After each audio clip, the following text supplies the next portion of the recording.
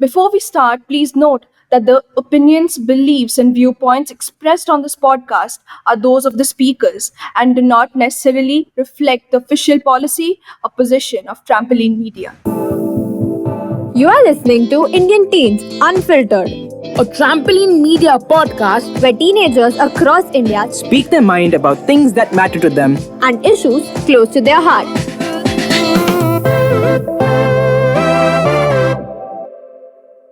Hello everyone, welcome to Indian Teens Unfiltered. I'm Neha, the co-creator of this podcast. Before we get started, I just want to tell you all that this episode will be in Hindi since our guests today are more comfortable with the language. 6 साल पहले Germany से एक महिला भारत आई। उनका नाम था उल्रिके Reinhardt. उन्होंने कई महीने मध्य प्रदेश के एक छोटे से गांव जनवार में बिताए। जब तक उल्रिके के वापस जाने का समय आया, जनवार बदल चुका था। उल्रिके ने गांव के युवाओं के बीच एक जबरदस्त आंदोलन छेड़ा। इस आंदोलन की शुरुआत हुई थी एक स्केटबोर्ड से। मेरा नाम रामकेश है और मैं 15 साल का हूँ और 8वीं क्लास में पढ़ता हूँ। और घर पे मेरे मम्मी पापा हैं, 4 बहन 2 भाई और मम्मी आंगनवाड़ी पे काम करती है और पापा कुछ नहीं। मेरा नाम आशा है, मैं 10वीं क्लास में पढ़ती हूँ। मेरे घर में मम्मी पापा और मेरा भाई है और एक दीदी है, उनकी शादी हो गई है।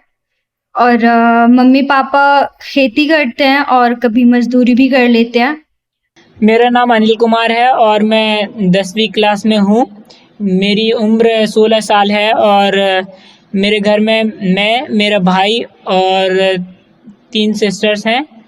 मेरे पापा फार्मर हैं और वो अलग काम भी कर लेते हैं और मेरी मम्मी हाउसवाइफ हैं। तो सबसे पहले मैं आप लोगों से आपके गांव के बारे में जानना चाहूंगी। उसका नाम जनवार है, right? So tell me more about your village. पहले हमारा गांव गुआवा बिही के लिए फेमस हुआ करता था। जनवार की गुआवा बहुत बड़ी बड़ी होती थी और बहुत स्वीट होती थी। और हमारे गांव में एक सुंदर सा लेक है, उसमें पत्थरों की वो सीढ़ियां बनी हुई हैं और बहुत सुंदर से बनाया गया है। वो जो जनवार गांव है वो स्केटबोर्डिंग आने से पहले या स्केट पार्क बनने से पहले कैसा था, उसके बारे में कुछ बताओ। पहले गांव का माहौल अलग रहता था। पहले मतलब बच्चे स्कूल नहीं जाते थे, खेलते रहते थे वो, और गुटखा भी खाने लगते थे और कार्ड वगैरह खेलते थे। मतलब ऐसे ही घूम घूम के अपना टाइम निकालते रहते थे। और बच्चों के आपस में भी मतलब बहुत ज़्यादा भेदभाव की प्रॉब्लम बहुत ज़्यादा थी। जैसे आदिवासी और यादव कास्ट को लेके कि उन्हें एक दूसरे से टच नहीं होना है। स्कूल पे भी बच्चे डिस्टेंस बना के बैठते थे, यादव और आदिवासी कास्ट के बच्चे। तो ये वाली चीज़ें बहुत ज़्यादा थी उस टाइम पे।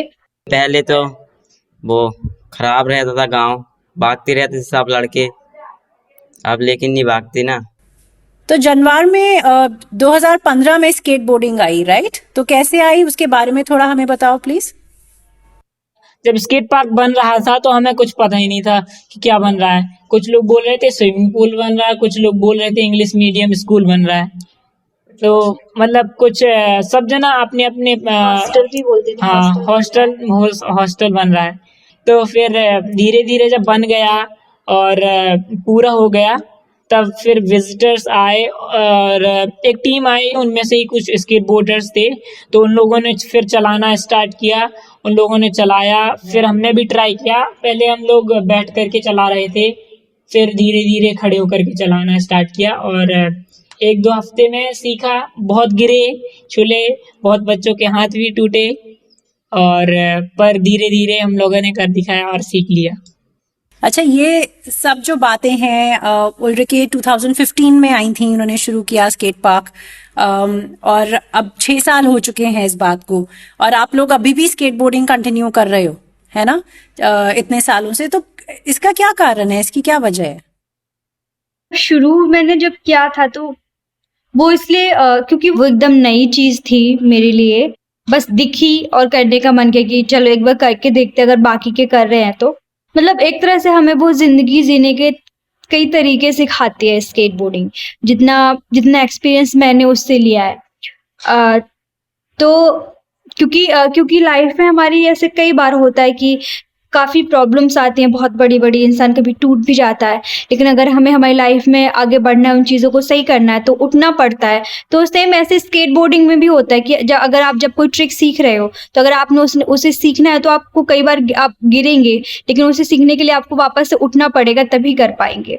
तो मेरे हिसाब से स्केटबोर्डिंग कुछ इस तरह से मायने रखती है। स्केटबोर्डिंग सीखना वो भी एक मेरे लिए चैलेंज था, एक नई चीज थी उसको सीखना, और फिर उसको सीख कर फिर से सीखना, मतलब उसका कोई एंड नहीं है।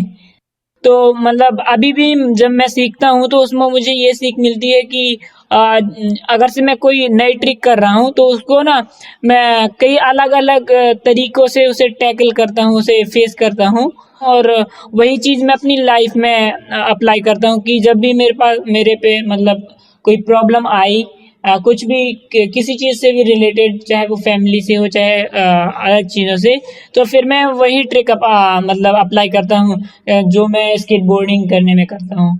और अगर से स्केटबोर्डिंग नहीं होती तो अभी तक मैं वो इनोसेंट बच्चा ही रहता, और इतना ज़्यादा बोलता नहीं, और इंग्लिश तो सीख ही नहीं पाता। और रामकेश, तुमको क्या फीलिंग्स आती हैं जब तुम स्केटबोर्ड के ऊपर होते हो? तो स्केटबोर्डिंग में मजा आता है? क्यों करते हो स्केटबोर्डिंग? क्योंकि घूमने को मिलता ना। पहले पहले मैं था तो पहले कहीं नहीं जाता था, पहले घर ही में रहता था। मम्मी पापा कहीं जाने नहीं देते थे, किसी के भी साथ नहीं। जब से मैं इसके वो चलाने लगा, वो जैसे घूमने के लिए लेवा जाते ना, जैसे कंपटीशन होता है तो अब मना नहीं करते। और कहाँ कहाँ कॉम्पिटिशन्स में गए हो? मैं बेंगलोर, विशाखापट्टनम गया और चंडीगढ़ और Germany. Asha, I first want to know from you कि what do you feel when you are skateboarding? कि जब तुम स्केटबोर्ड पे होती हो और तुम स्केट पार्क में आती हो, तुम्हारे अंदर क्या फीलिंग्स आती हैं? जब मैं स्केटबोर्ड में आती हूँ तो मैं स्केटबोर्डिंग करते थे एकदम फ्री हो जाती हूँ। बिकॉज सबसे बड़ी चीज एक और जो मेरी पर्सनल लाइफ में हुई है वो ये कि स्केटबोर्डिंग की वजह से मुझे फ्रीडम मिला है। बिकॉज अगर स्केटबोर्डिंग मेरी लाइफ में नहीं आती तो अभी मैं यहाँ नहीं होती, मेरी शादी हो गई होती, घर वालों ने कर दी होती शादी, और अभी नहीं बहुत ही पहले कर दी होती, मे बी 16 और 17 ईयर में कर देती होती उन्होंने। तो स्केटबोर्डिंग जो है वो मुझे एक अलग खुशी देती है। मेरे को ऐसे मतलब लाइक जैसे कि सारे बंधनों से आजाद कर देती है मुझे। इसकी शुरुआत तुम्हारे लिए कैसे हुई? आसान था घर वालों को मनाना, गांव वालों को मनाना? इसकी शुरुआत तो बहुत ही मुश्किल थी, घर से भी और बाहर से भी। बिकॉज अगर घर वालों को मनाओ तो अगर घर वाले थोड़ा सा मानने की अगर कोशिश करते थे तो गांव वाले उनके कान भर देते थे। तो एक चीज तो ये भी होती थी कि जब मैं स्केट पार्क जा रही हूँ तो रास्ते में रोड में बगल में खड़े लड़कों के कमेंट्स सुनो, वो पास करते थे कुछ भी। और उसके बाद शाम को अगर जब घर आओ तो गांव के लोगों ने कुछ भी तब तक मम्मी लोगों से कुछ कुछ बोल रखा होता है, तो वो मतलब उनका घर पे आके सुनो कि लोग बोल रहे हैं ऐसा वैसा, तुम्हें लड़की ये करती है वो करती है, हमेशा लड़कों के साथ ही रहती है, उसे घर के काम काज क्यों नहीं करा रहे हो। तो कभी कभी तो बोल देते थे मतलब पापा लोग कि हमारी नाक कटाने में लगी हुई है। और उसके साथ में स्केट पार्क में भी ऐसे काफी बार हुआ कि कोई वहां पे पार्क में आके बड़े बड़े शब्दों में पार्क में पूरे लिख जाता था कि अगर मैं स्केट पार्क में आऊंगी, स्केटबोर्डिंग करूंगी तो वो मेरे साथ ऐसा करेंगे, मतलब उल्टे सीधे शब्द लिख देते थे वहां पे। तो मैंने उन जगह को बताया तो वो हमेशा ही बोलती थी कि जब भी कोई इंसान आगे बढ़ता है, उसकी लाइफ में कुछ अच्छा करने की कोशिश करता है, तो उनकी लाइफ में ये चीजें आती हैं, उस रास्ते में ऐसी कठिनाइयां आती हैं, लेकिन इसके लिए हमें रुकना नहीं चाहिए, हमें आगे बढ़ना है। उल्लेख हमेशा उन्होंने साथ दिया है इन चीजों से फेस करने के लिए, मुझे इन चीजों से बाहर निकलने के लिए। बिकॉज इन चीजों ने मुझे कई बार बहुत बुरे तरीके से तोड़ा है अंदर से। तो इस वजह से मैं स्केटबोर्डिंग को अभी भी नहीं छोड़ रही हूँ और लाइफ में कभी छोड़ूंगी भी नहीं, और हमेशा कोशिश करूंगी कि मेरे साथ और बाकी की लड़कियां भी आए और वो भी अपनी जिंदगी अपने हिसाब से जिए, ना कि किसी के दबाव में आकर के। नाइस। बहुत बहुत बहुत जरूरी है ये, स्पेशली आजकल लड़कियों के लिए। तो तुम्हारी पर्सनालिटी में तुमको कैसे लगता है कि स्केटबोर्डिंग से पहले की आशा कैसी थी और आज की आशा कैसी है? पहले वाली आशा जो थी वो बहुत ही मतलब सीधी सादी सी और सहमी सी, चुप रहना और हमेशा सिर को नीचे झुकाए रखना। पहले की आशा में ये सारी चीजें थी और गांव से, घर से बाहर का कुछ सोचना ही नहीं है। और अभी जो है, तो अभी मैं मतलब अपने साथ साथ बाकियों के बारे में भी सोचना, अपने फ्यूचर के बारे में सोचना, और कॉन्फिडेंस काफी आया है। मैं कोई भी हो अभी तो आराम से बात कर सकती हूँ बिना कोई झिझक के। तो ये फर्क है दोनों में। गांव के बीच में ये स्केट पार्क से लड़कियों की जिंदगी में क्या फर्क पड़ा है?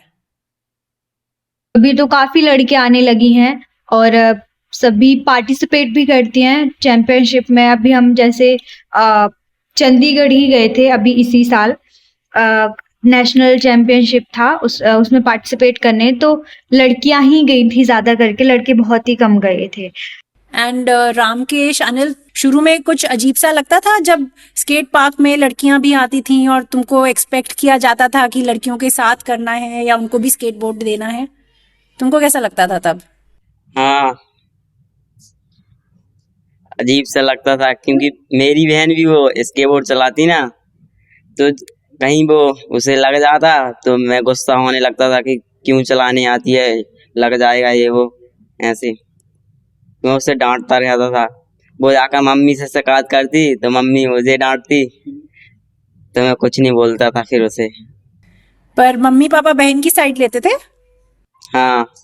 और अब कैसा लगता है तुमको, अब जब तुम देखते हो अपनी बहन को करते हुए? मुझे तो अच्छा लगता क्योंकि वो मेडल्स भी जीत कर ले आई ना, तो मम्मी पापा का नाम तो वो रोशन करेगी क्योंकि। और अनिल, तुमको कभी अजीब लगा जब शुरू में देखते थे लड़कियों को स्केटबोर्डिंग करते हुए तुम्हारे साथ? अजीब तो लग रहा था कि लड़कियों के साथ में करना है, पर वो एक नई चीज थी, किसी से कह भी नहीं सकता था कि नहीं लड़कियों को भगा दो, वो शायद मुझे ही भगा देते अगर से मैं ऐसा कहता। तो मतलब थोड़ा सा मुश्किल था, पर वो धीरे धीरे समझ में आ गया कि क्यों ये जरूरी है यहाँ पे। और मतलब बीच बीच में ऐसा भी हुआ है हमारे साथ में कि लड़कियों को हमने मतलब ये लड़कियों को लड़कों ने मना किया कि स्केटबोर्ड हम वो उनसे छीन लेते, कई बार उन्हें भगा देते कि नहीं तुम्हारे लिए नहीं है, ये हमारे लिए है। तो फिर उल्रिके ने एक रूल भी बनाया, गर्ल्स फर्स्ट। तो जो कुछ भी मतलब नया होगा वो पहले लड़कियां करेंगी फिर लड़के करेंगे। तो फिर जैसा हम लोग अभी पार्क में जाते हैं तो लड़कियों को उन्हें स्केटबोर्ड देते हैं और पहले वो चलाती हैं फिर हम चलाते हैं। सो उल्रिके का एक और जो ये रूल था, नो स्कूल नो स्केटबोर्डिंग, उसके बारे में what can you tell me? Teachers जो है वो शिकायत करते थे उल्रिके से, और कि बच्चे स्कूल नहीं आते हैं, बस पूरा दिन स्केट पार्क में रह आते हैं। तो फिर उन्होंने कहा कि हम एक रूल बनाते हैं, नो स्कूल नो स्केटबोर्डिंग। जो स्कूल नहीं जाएगा वो स्केटबोर्डिंग नहीं करेगा। तो इस तरह से हमने रूल्स बनाए, तो फिर बच्चों ने स्कूल जाना शुरू कर दिया। अचानक से स्कूल में इतने सारे बच्चे आ जाना तो सर को भी थोड़ा सा बिलीव करना मतलब मुश्किल था कि अचानक से इतने सारे बच्चे आ गए, क्या हो गया। तो फिर उन्हें पता चला कि एक नया रूल बना है, नो स्कूल नो स्केटबोर्डिंग। तो उन्होंने बोला हाँ ये सही है, और फिर अभी बच्चे भी जाते हैं स्कूल। और उन्हें हम भी मतलब यहाँ पे हमारे कम्युनिटी सेंटर में विला जनवार में हम भी सेशंस देते हैं। अगर जैसे मैं कंप्यूटर सिखा देता हूँ और आशा छोटे बच्चों के साथ में काम करती हैं, ऐसे हम लोग भी यहाँ पे मॉर्निंग में सेशंस देते हैं। स्केटबोर्डिंग से तुम्हारी पर्सनल लाइफ में क्या बदलाव आया है? मैंने जब बाहर की दुनिया देखी, बहुत सारे मतलब बिल्डिंग्स देखी और गाड़ियां, क्योंकि गांव में तो बस वही 2-4 गाड़ियां और हर रोज देखने को मिलती है। हाँ, और फिर मतलब बहुत ही काफी अच्छा था। और वहाँ पे कुछ पढ़ाई का भी प्रोग्राम हुआ, और मैं बनारस गया था, बनारस से फिर असम गया था, गुवाहाटी। वहाँ पे हमने बहुत सारा सीखा और वहीं से मेरी इंग्लिश भी अच्छी स्टार्ट हुई और मैंने इंग्लिश भी सीख ली, मतलब काम चलाना सीख लिया। मैं अभी अपनी बात दूसरे को बता सकता हूँ और उसकी बात भी समझ सकता हूँ। और अभी मैं मतलब जिस पोजीशन में हूँ, जिस लेवल में हूँ, वो भी स्केटबोर्डिंग की वजह से ही है। स्केटबोर्डिंग की वजह से सिर्फ मेरी लाइफ ही नहीं, मतलब मेरे पेरेंट्स की भी मतलब उनकी जो सोच है उस पे भी बहुत बदलाव आया है। क्योंकि मेरे पेरेंट्स पहले जो है मतलब वो भी सबकी तरह ही सोचते थे कि लड़की थोड़ी सी बड़ी हो गई, अब शादी कर देनी है, पर अभी वो ऐसा कुछ नहीं सोचते हैं। अभी वो बोलते हैं कि ठीक है, तुम्हें अगर अभी शादी नहीं करनी है तो मत करो, कोई जबरदस्ती नहीं है, और अगर कुछ करना चाहती हो आगे तो मन लगा के करो, इस चीज को आगे बढ़ो उस पे, जिससे ताकि उन्हें भी अच्छा लगे। सही बात है। एंड ये जो तुम्हारा सफर था उसमें तुम्हारे पेरेंट्स का भी जो तुम्हारे साथ सफर था कि पहले वो डर से जो अब विश्वास और अब उसके बाद सीधा आप गर्व पे आ गए हैं, वो भी एक बहुत ही बड़ी जर्नी है उनके लिए। रामकेश, तुमको भी स्केटबोर्डिंग इसीलिए इतना पसंद है क्योंकि तुमको इतना घूमने को मिलता है, तो उसके बारे में कुछ बताओ ना कि जब पहली बार घर से बाहर निकले थे तो कैसा था? डर लगा था या बहुत एक्साइटमेंट थी? नहीं, डर नहीं था, मुझे खुशी थी क्योंकि मैं पहली बार घूमने को निकला था ना, इसलिए खुशी थी। जब मैं केरला से लौट कर आया तो फिर वो उर्लिके ने बोला कि वहाँ जर्मनी के लिए, तो मम्मी पापा से बात की, मम्मी पापा ने जवाब दिया कि हाँ चले जाना। जब मैं दिल्ली पहुँचा तो फ्लाइट में बैठना था, तो मुझे बहुत खुशी हो रही थी कि मैं आज पहली बार मतलब कि इसमें घूम रहा हूँ। जब मैं सुबह पहुँचा वहाँ पे मैंने देखा वहाँ की वो दुनिया कि बहुत ही बड़ी बड़ी अच्छी बिल्डिंग और गाड़ी। हाँ, वहाँ पे यहाँ पे जो मिट्टी है ना, वहाँ पे मिट्टी नहीं थी। हाँ, ये सही, ये बहुत अच्छी ऑब्जर्वेशन है, सही बात है। पर घर की याद आई और घर के खाने की, मम्मी की याद आई? शुरू टाइम पे तो घर की याद आई। मैं उठा सोकर, मुझे वो सो रहे थे सब लोग, मैं रोने लगा, मुझे घर जाना, मुझे यहाँ पे नहीं रहना, मुझे अच्छा नहीं लग रहा। कितने दिन के लिए गए थे? 40 दिन के लिए। ओ बाबा ये तो काफी है। गांव के अंदर जो भेदभाव है उसके बारे में आशा तुमने शुरू में भी कुछ बोला था, छुआछूत के बारे में, है ना? तो जो गांव में जो कास्ट सिस्टम है या जो गांव में जो पहले से हो रहा था, जो डिफरेंसेस हो रहे थे, स्केटबोर्डिंग से उसमें कितना बदलाव आया? जैसे बच्चे स्केट पार्क आना शुरू हुए जब, फिर उसके बाद जब उल्रिके ने मतलब समझाया कि स्केटबोर्डिंग अगर हमें करनी, सबने साथ में मिलके करनी, हम सब एक हैं, मतलब ये भेदभाव, ये सारी चीजें कुछ नहीं होती हैं, तो मतलब ये छूत वाली जो चीजें हैं वो स्केट पार्क से ही कम हुई।